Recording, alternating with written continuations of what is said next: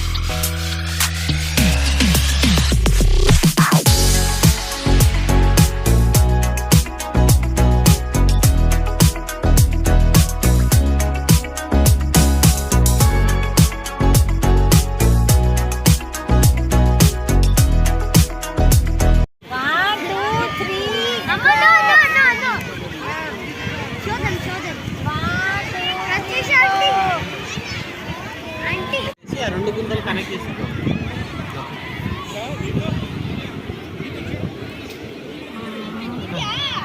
Come గల్ come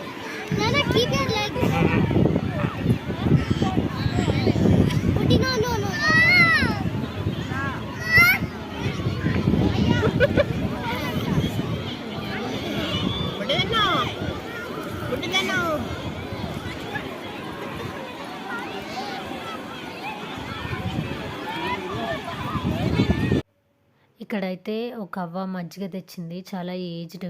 సర్లే అని మేమందరం మజ్జిగ కొనుక్కొని తాగాము.